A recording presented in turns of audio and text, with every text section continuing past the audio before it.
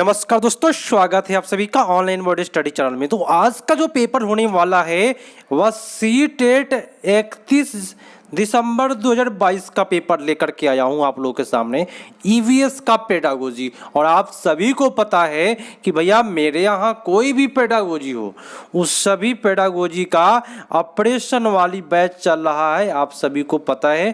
Thumbnail में भी आप लोगों ने देखा। तो भाई कैसे पेडागोजी को ऑपरेशन करेंगे, चीर फाड़ करेंगे ताकि कोई भी प्रॉब्लम नहीं हो आपको पेडागोजी हल करते समय। तो चलिए शुरू कर देते हैं क्लास। आज का काफ़ी धमाकेदार होने वाला है। प्रथम क्वेश्चन देखिए, पेडागोजी आपको 76 नंबर से देता है और 61 से लेकर के 75 तक आपका एनसीईआरटी बुक का प्रश्न रहता है। तो आइए प्रथम प्रश्न को देखिए। कहता है कि साबुत मूंग या चना को रात भर पानी में भिगोकर फिर 1 या 2 दिन तक छोड़ देते हैं तो सबसे पहले जो भाग अंकुरित होता है उसको क्या कहते हैं। तो मान लीजिए ये क्या है, चना है, ठीक है। तो इसमें से अंकुरन निकला, तो अंकुरन जो निकलता है उसको सबसे पहले जो अंकुरन निकलता है वह अंकुरन जड़ में जाता है। ऐसे सबसे पहले जो अंकुरन निकलता है उसका क्या बनता है, जड़। और तब ये जो होता है वह 2 दालों में, मैं आपको बता देता हूँ फिगर बना के, तब ये इस प्रकार से 2 दालों में इस प्रकार से हो जाता है और यहाँ से ये ऊपर की ओर जाना शुरू करता है, ठीक है। तो इसको सबसे पहले जो भी अंकुरित होता है, जो भाग अंकुरित होता है उस भाग को क्या कहते हैं, जड़ कहते हैं। याद रहेगा ना। चलिए अगला प्रश्न है, पूरे ध्यान से करेंगे। जुलाई वाले आप लोग ध्यान से समझे कि भाई सीटेट आयोग ने भाई 2 बार बोला है कि 2 बार अब साल में एग्ज़ाम होगा।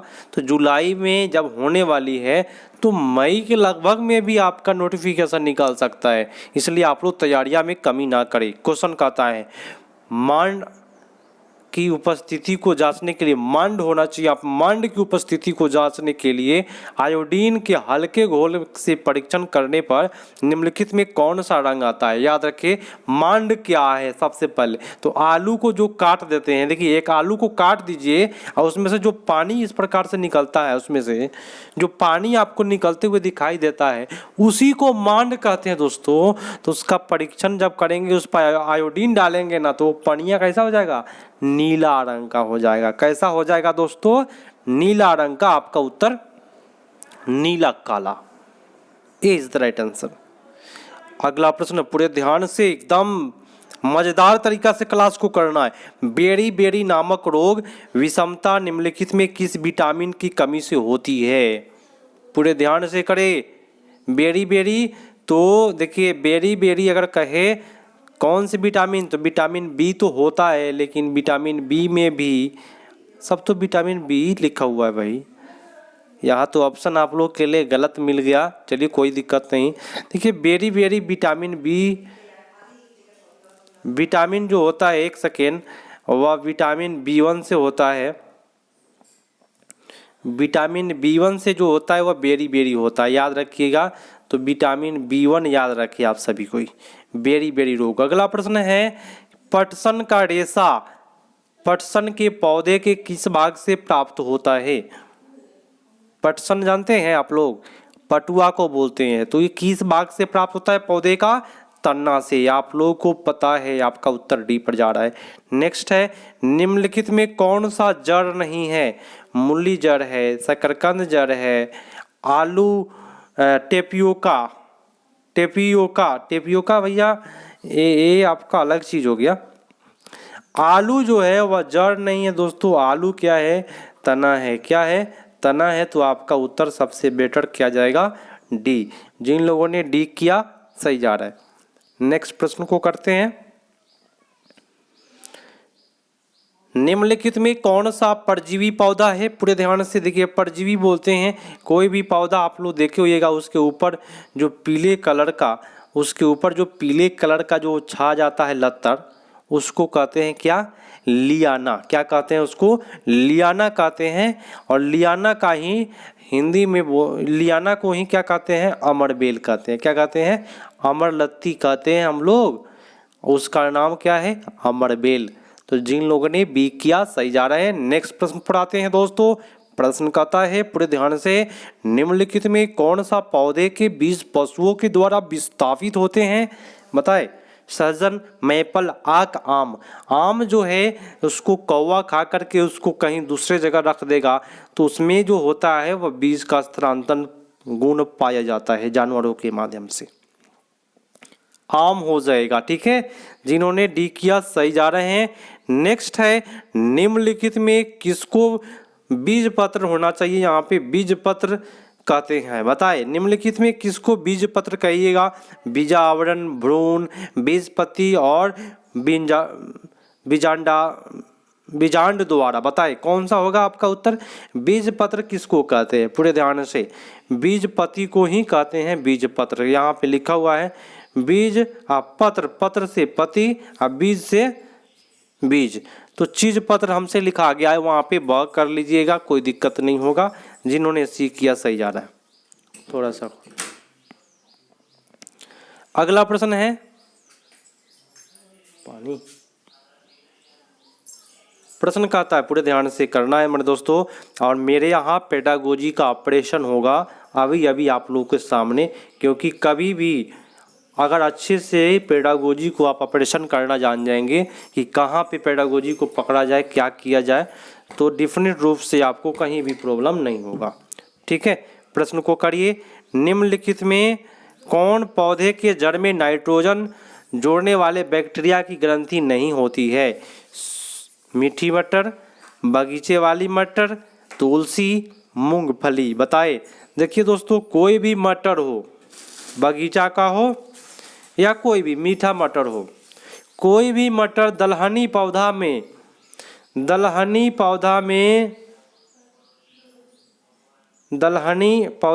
क्या होता है? तो दलहनी पौधा में नाइट्रोजन स्थिरीकरण होता है। तो ये दाल, मटर का दाल, मूंगफली में भी दाल का काम है। लेकिन तुलसी जो है दोस्तों, ये ओजोन का काम नहीं करता है। तो जिन लोगों ने सी किया सही जा रहे हैं आप लोग। अगला प्रश्न करें। पत्तियों में, एक सेकेंड,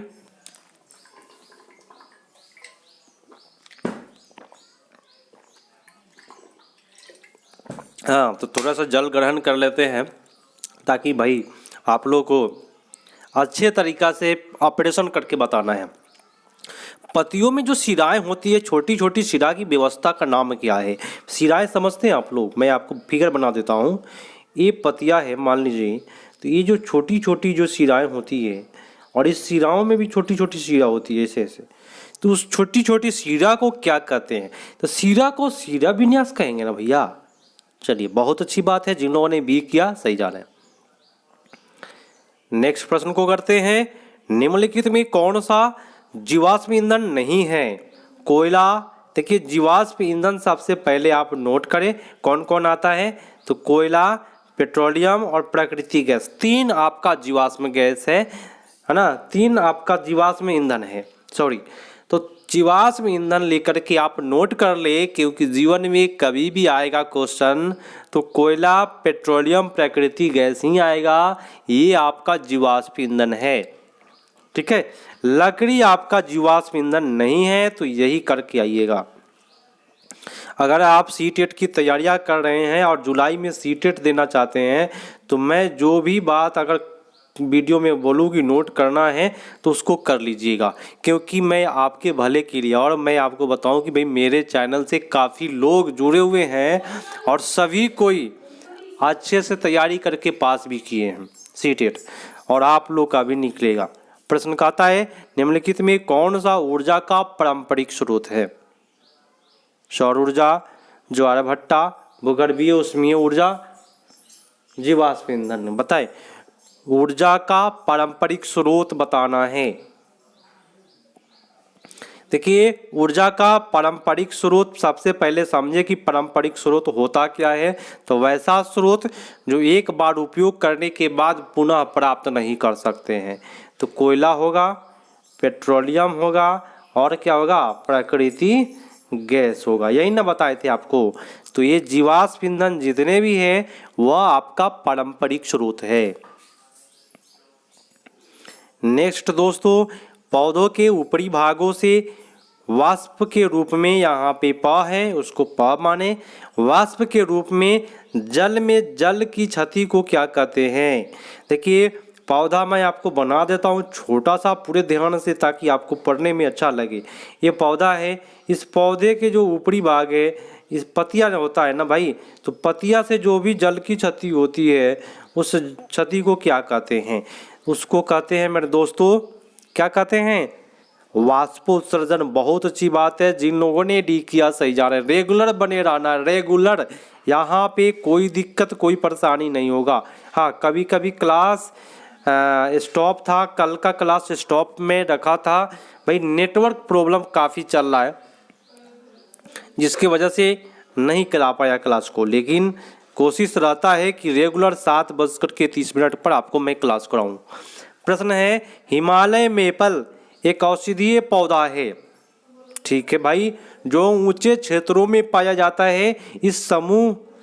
इसे किस समूह में रखेंगे? देखिए कोई भी पौधा हो, हिमालय मेपल जो है वह विशेष क्षेत्र में पाया जाता है, इसको विशेष क्षेत्रीय पौधा कहते हैं। क्या कहते हैं? हिमालय मेपल क्या पाया जाता है? तो विशेष क्षेत्र में पाया जाता है। और विशेष क्षेत्र में कोई ना कोई स्थान पर ही होगा ना, तो उसको स्थानिक पौधा कहेंगे। क्योंकि स्थानिक क्या होता है आप समझे, तो हिमालय मेपल जो है वह किसी एक ही क्षेत्र में मिलता है, और जो एक ही क्षेत्र में मिलेगा उसको स्थानिक पौधा कहते हैं। बोलेंगे क्या? हम लोग बोलते हैं भाई वह पौधा जो है ना यहाँ नहीं मिलता है, वो एक ही स्थान पर मिलेगा आपको, है ना, तो उसको क्या कहते हैं? स्थानिक पौधा। ठीक है, चलिए, हमारे सौरमंडल में कौन सा ग्रह पृथ्वी से छोटा है? पूरे ध्यान से और ट्रिक से। अब आ रहा है पेडागोजी आपके सामने 76 नंबर से ऑपरेशन किया जाएगा मेरे दोस्तों, आप लोगों को प्रॉब्लम नहीं होने देंगे, इतना तो भाई मैं गारंटी देता हूँ। क्योंकि भाई आप लोगों का जो है विश्वास हमसे लगा हुआ है। पिछले लोग तो मेरे यहाँ से पास करके चले गए, है ना, उनका विश्वास कायम था। हाँ, और एक और आप लोग को सूचना, आप लोग को पता हो गया होगा कि भैया आप सीटेट निकालने के बाद जॉब लेने के लिए शिक्षक में भी एग्ज़ाम देना पड़ेगा, तो उसका भी मैं तैयारियां कराऊंगा, घबराए नहीं, बेटर तरीका से कराया जाएगा। हमारे सौरमंडल में कौन सा पृथ्वी से छोटा है? पूरे ध्यान से करें मेरे दोस्तों, पृथ्वी से छोटा की बात करें तो बुध है आपका। नेक्स्ट मेरे दोस्तों, अब आया आपका पेडागोजी, इसका भाई चीर फाड़ किया जाए, ऑपरेशन शुरू किया जाए ना भाई। एक बार अंगूठा का निशान इस प्रकार से भेजिए। आप लोग तैयार है ना? आप लोग इसको ऑपरेशन करने के लिए तैयार है ना? अंगूठा का निशान भेजिए एक बार। और लाइक नहीं किया है ना तो जरूर कीजिएगा मेरे दोस्तों, क्योंकि भाई शुरू कर रहा हूं मैं यहाँ पे ऑपरेशन। कहता है क्या कि एनसीएफ 2005 के अनुसार प्राथमिक स्तर पर ईवीएस का उद्देश्य निम्नलिखित में कौन सा होना चाहिए? भैया कौन सा होना चाहिए? लिंग संबंधित विषय तथा हास्याकरण के मुद्दे पर समालोचना। मेरे दोस्तों, मेरे प्यारे साथियों, ये जो वर्ड है ना समालोचना, बहुत पॉजिटिव वर्ड है, बहुत पॉजिटिव वर्ड है मेरे प्यारे साथियों। तो लिंग संबंधित विषय पर समालोचना करना चाहिए, समान आलोचना, माने लड़का का भी और लड़की का भी, दोनों का समान आलोचना। बहुत अच्छी बात है भाई, पॉजिटिव है तो उसको पॉजिटिव मानिए, आगे बढ़िए। कंठस्थ करने की बात क्या सही गया है? क्या कभी नहीं गया है, ना जाएगा। ठीक है, ईवीएस में वर्णन करने की बात बोले और जोर देने की बात करे तो आज तक कभी सही हुआ है ना होगा। ठीक है, वातावरण संबंधित मुद्दों को पहचानना और प्रत्याह्वान करना। देखिए यहां तक सही जा रहा था, जैसे ही यहां आया है प्रत्याह्वान करना। प्रत्याह्वान में होता है क्या? आप लोग फिल्म देखते होइएगा, अग्नि प्रकट हो न करते भैया, करता है फिल्म में तो भैया प्रत्याह्वान करना है अग्नि महाराज को, ये प्रत्याह्वान आपका गलत होता है। ठीक है, तो भैया सबसे बेटर जो उत्तर जा रहा है वह ए पड़ गया। देखिए पेडागोजी का ऑपरेशन हुआ कि नहीं हुआ, आप लोग बताए, हुआ कि नहीं ऑपरेशन माने क्या? पूरा निचोड़ निकाल देना, सारे निचोड़ को निकाला जाएगा, घबराए नहीं आप लोग। प्रश्न कहता है कि प्राथमिक स्तर पर ईवीएस की प्रकृति को निम्नलिखित में कौन अनुमोदित करता है? भैया कौन करता है अनुमोदित ईवीएस को? ऑप्शन बोलता है कि विज्ञान, सामाजिक विज्ञान, पर्यावरण, शिक्षा, अवधारणा एवं मुद्दों और एकीकरण। इसको मैंने बोला था कि आप नोट करें, ये हमेशा आंसर कभी चेंज ही नहीं करता इसको। तो ये आपका सही हुआ। बच्चे अपने पर्यावरण को एक संपूर्ण रूप में देखता है। बहुत अच्छी बात है। संपूर्ण कहीं कहीं लिखता है ना तो समग्र भी होता है, समग्र रूप में देखता है, वो भी सही जाता है भैया। पर्यावरण तो थीम पर है ही आधारित। और डी में क्या बोला कि इसमें विज्ञान, सामाजिक विज्ञान के विषय शामिल है। तो विज्ञान और सामाजिक विज्ञान के विषय और उप विषय शामिल है। केवल दो ही नहीं है मेरे दोस्तों, ये सारे बात यहाँ पे बोला है, सामाजिक विज्ञान, उप विज्ञान। तो हम भाई इसको गलत मानेंगे और सबसे बेटर आपका उत्तर ए, बी और सी करेंगे। अच्छा लगा ऑपरेशन? आप लोग भी ऐसे करके आना है। अब की बार सीटेट निकालना है मेरे दोस्तों, चाहे जो हो जाए आप लोग निकालें और जॉब प्राप्त करें। निम्नलिखित में ईवीएस की शिक्षा के संबंध में कौन सा सही है? पूरे ध्यान से। अच्छा भैया सही सही खोजना है, यही ना भाई? सही सही खोजते हैं। चलिए, अनुभव के द्वारा बच्चा सीखता है, अच्छा बात है ना? अच्छा बात। मूर्त से अमूर्त सीखना, ये भी बेटर बात। ज्ञात से अज्ञात सीखना, ये भी बेटर बात। और ईवीएस की प्रासंगिक स्वरूप, ये भी अच्छी बात। कहीं भी नेगेटिव बात नहीं बोला। तो आपका उत्तर ए पर जा रहा है। जिन लोगों ने ये किया सही जा रहे हैं भैया, कोई दिक्कत, कोई परेशानी नहीं। 7:30 पर रेगुलर आइए, रेगुलर। और अभी तक सब्सक्राइब नहीं किए हैं तो कर लीजिए। हाँ, एक सूचना आपको मैं बताऊं कि सब्सक्राइब जब करते हैं आप लोग तो एक घंटी आता है बगल में, उस घंटी पर एक बार क्लिक कर लीजिए। 3 प्रकार से घंटी मिलेगा, इस प्रकार से 3 गो घंटी मिलेगा। उस घंटी पर क्लिक कीजिएगा तो ऊपर वाला घंटी जब क्लिक कीजिएगा ना, तभी क्लास का नोटिफिकेशन मिलेगा और आपके पास जाएगा। ऊपर वाला घंटी को दबाए आप, ठीक है? चलिए, निम्नलिखित में ईवीएस के पाठ्यक्रम का थीम कौन सा है? थीम पूछ रहा है भैया आपसे। तो भैया कार्य और खेल तो उप थीम है, ठीक है? जानवर उप थीम है, पौधा उप थीम है, लेकिन हम चीजें जो बनाते हैं और करते हैं क्या है, यही थीम है। मैंने यह थीम का वीडियो बनाकर बताया था आप लोगों को। उत्तर आपका क्या जाएगा? B is the right answer. बहुत अच्छी बात है। और अभी भी आप लोग थीम का वीडियो नहीं देखे हैं तो देख लीजिए, एक बार मजेदार तरीका से बताया हुआ है। कहता क्या है कि एनसीईआरटी ईवीएस की पाठ्य पुस्तक का अंतरिक्ष में सुनीता विलियम आधारित है। रोजमर्रा की चुनौतियां, असल जीवन की घटनाएं, वास्तविक लोग के अनुभव और वास्तविक स्थान। सबसे बेटर क्या है? सुनीता विलियम जो है अंतरिक्ष में गई थी, उसी पर आधारित है। क्या चीज़ के बारे में बताया जा रहा है उसमें?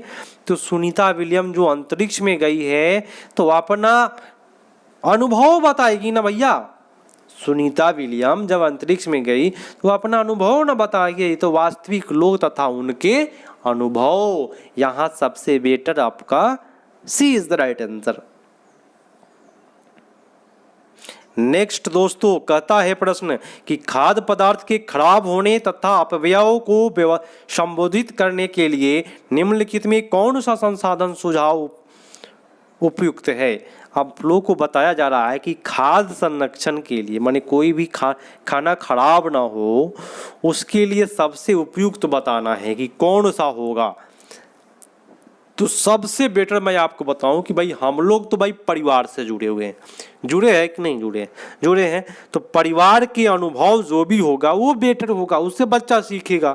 परिवार के अनुभव और पारस्परिक क्रियाओं को खाद्य परीक्षण से संबंधित व्यक्तियों से साझा करना, ये सबसे। लेकिन भाई हाई शराब दृश्य, विचार विमर्श, व्याख्या, ठीक है, स्याही, इसमें कहाँ से आया? संरक्षण में ये सब बात आता है क्या? नहीं ना आता है। तो सबसे बेटर आपका ये किया उन्होंने का, उन लोगों का सही जा रहा है। कहता है ईवीएस में एक शिक्षक निम्नलिखित में किसके अंतर्गत स्वच्छता अभियान चला सकता है? स्वच्छता अभियान किसके द्वारा चलाएगा? ऑप्शन बोला परियोजना के द्वारा। तो मेरे दोस्तों, मेरे प्यारे साथियों, मैं आपको शुरुआत में बोला कि मेरे यहाँ पेडागोजी का ट्रिक मिलेगा, समझ के साथ बताऊंगा, ऑपरेशन करूंगा। 3 बात अब हो गई है आप लोगों के लिए।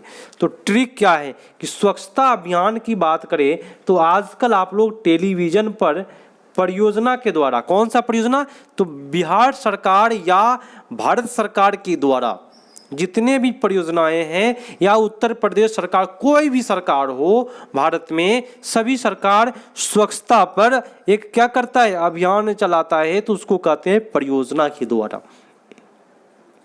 उसको क्या कहते हैं, परियोजना के द्वारा। तो कभी भी आएगा स्वच्छता अभियान चलाने का काम कौन करता है, ये ट्रिक बन जाएगा। तो स्वच्छता अभियान चलाने का काम परियोजना का काम है। ठीक है, आपका उत्तर ए पड़ गया। नेक्स्ट, एनसीईआरटी के ईवीएस के अध्याय 15 में लिखा हुआ है, कक्षा 5 में है, उसी से ठंडा उसी से गर्म, डॉक्टर जाकिर हुसैन के द्वारा रचित एक कहानी का प्रयोग किया गया है। भैया जाकिर हुसैन के बारे में उसी से ठंडा उसी से गर्म, यह क्या चीज़ के बारे में बताया गया है, प्रश्न यही पूछ रहा है। तो उसी से ठंडा गर्म, सांस लेते हैं ना आप लोग, लेते हैं भाई, सब कोई लेता होगा, तभी ना मेरा वीडियो देखेगा भाई। बिना सांस लिए कोई वीडियो देखेगा क्या, है ना, ऊपर रहेगा आदमी। तो सांस कभी गर्म होता है कभी ठंडा होता है कि नहीं।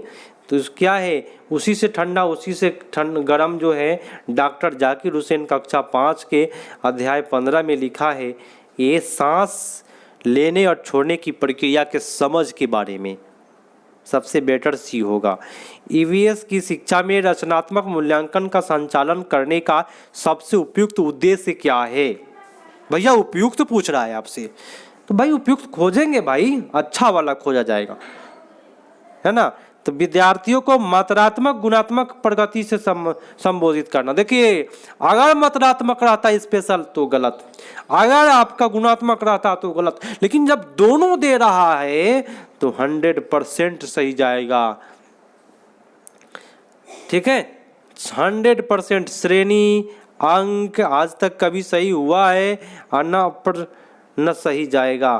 तो सबसे बेटर जो हो जाएगा विषय अनुसार, ये आपका गलत जाता है। सबसे बेटर आपका उत्तर ए पड़ गया। ईवीएस की शिक्षक सदैव अपने पास एक डायरी और कलम रखता है। ठीक है भाई, अपने छात्रों के प्रतिदिन के अर्थपूर्ण दिलचस्प व्यवहार का अवलोकन करता है।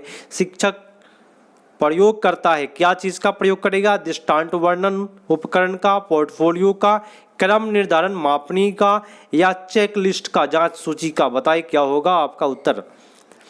दृष्टांत वर्णन उपकरण का कोई भी, यदि अगर आप प्रतिदिन, यहाँ पे लिखा है प्रतिदिन के अर्थपूर्ण अनुभव को लिख रहा है, तो उसको देखेगा तब न लिखेगा, तो उसको कहते हैं दृष्टांत उपकरण। पोर्टफोलियो नहीं जाएगा मेरे दोस्तों, सबसे बेटर आपका उत्तर ए पर जाएगा। नेक्स्ट, निम्नलिखित में कौन सा ईवीएस के आकलन का सूचक हो सकता है। आकलन का, क्या चीज का, ईवीएस के आकलन का। तो भैया याद करना तो गलत होता है, प्रत्याह्वान अभी अभी मैंने बोला गलत होता है, बस बचा 2 व्यक्ति, अवलोकन और सहयोग। सही हो गया ना, क्या कोई प्रॉब्लम हुआ, नहीं होगा, ना होने देंगे। अगला प्रश्न कहता है क्या कि पर्यावरण अध्ययन के शिक्षक अपनी कक्षा में वास्तविक चुनौती है। सच में भाई, सच में चुनौतियां है विद्यार्थियों को सूचना। देखिए, आप एक टीचर है तो सबसे बड़ा चुनौती है कि आपके पास 100 विद्यार्थी हम दे देते हैं, 100 को कहिए अपना नाम बताओ, कहाँ से आए हो, क्या कर रहे हो, 100 को अवसर दीजिएगा, तो तब तक छुट्टी हो जाएगा, होगा कि नहीं, छुट्टी का समय हो जाएगा। तो विद्यार्थियों को सीखने का अवसर देना ही सबसे बड़ा चुनौती का कारण बनता है। ठीक है, तो जिन लोगों ने सी किया सही जा रहे हैं। और अगला प्रश्न है कि निम्नलिखित में से क्या पर्यावरण अध्ययन के सीखने का प्रभावशाली साधन है। सबसे बेटर क्या होगा, तो पर्यावरण कभी भी पढ़ाइए बच्चों को तो कहानी कविता से पढ़ाइए, है ना। पाठ्यपुस्तक जहर का पुड़िया है, कार्यपत्रक वर्कशीट आपका गलत होता है। दृश्य क्या है भाई, यहाँ पे आधा अधूरा बात बोला है। सबसे बेटर कहानी कविता। निम्नलिखित में से पर्यावरण अध्ययन की पाठ्य पुस्तकों के अतिरिक्त एक महत्वपूर्ण संसाधन हो सकता है समुदाय का सदस्य। देखिए ईवीएस के लिए महत्वपूर्ण संसाधन एक तो पाठ्य पुस्तक होता है, इसके अलावा अगर देखिए यहाँ पर बोला है अतिरिक्त, इसके अतिरिक्त बताइए तो समुदाय के सदस्य होगा भाई, होगा ना। पठन सामग्री को तो हटा के चलना है, प्रयोगशाला को हटा के चलना है ना। संसार का मानचित्र, तो सबसे बेटर होगा समुदाय के सदस्य। आज का लास्ट प्रश्न है और आप लोगों को मैंने बोला है कि भैया सब्सक्राइब जो किए हैं आप लोग, तो आपके बगल में एक घंटी था, वो घंटी पर जब ही उसको क्लिक कीजिएगा 3 घंटियाँ ऐसे मिलेगा आपको, 3 घंटियाँ मिलेगा आपको, है ना। 3 घंटियाँ में सबसे ऊपर वाला घंटी पर आप लोग क्लिक कीजिएगा तो डिफिनिट रूप से एक भी क्लास आपका नहीं छूटेगा। फ्री सुविधा है मेरे यहाँ ऊपर वाले घंटी से। प्रश्न कहता है क्या, निम्नलिखित में किस आकलन का पर्यावरण अध्ययन की कक्षा में विद्यार्थियों द्वारा आनंद लिया जाता है। अच्छा आप लोग बताएं, आनंद किसके द्वारा लेगा बच्चा? पोर्टफोलियो द्वारा आकलन से आनंद लेगा तो बच्चा लेगा, ठीक है। आनंद लिया, विद्यार्थियों को आनंद लिया जाता है तो पोर्टफोलियो का आकलन सबसे बेटर होता है। पेपर पेंसिल परीक्षण, पेपर पेंसिल कभी सही गया है ना जाएगा।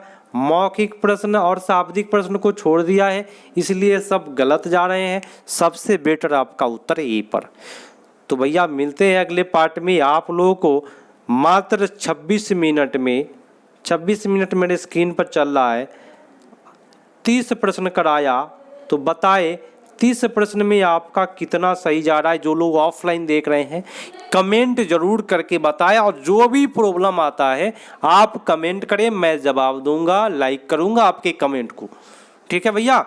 तो शेयर करना है, क्या करना है, अपने दोस्तों के पास शेयर मार देना है और बोल देना है कि यहाँ चलता है सीटेट का ऑपरेशन, और एक बार में आप लोगों का निकलेगा, ये गारंटी है। क्योंकि भाई मेरे यहाँ से काफ़ी दिनों से लगभग 5 सालों से बैच चल रहा है ऑफलाइन, और मेरे यहाँ अब की बार 19 में 17 लोग सफल हुए हैं, 17 लोग सफल हुए, मात्र 2 लोग असफल हुए हैं, वो भी कंप्यूटर प्रॉब्लम की वजह से। तो मिलते हैं भैया अगला पार्ट में, तब तक के लिए धन्यवाद, जय हिंद।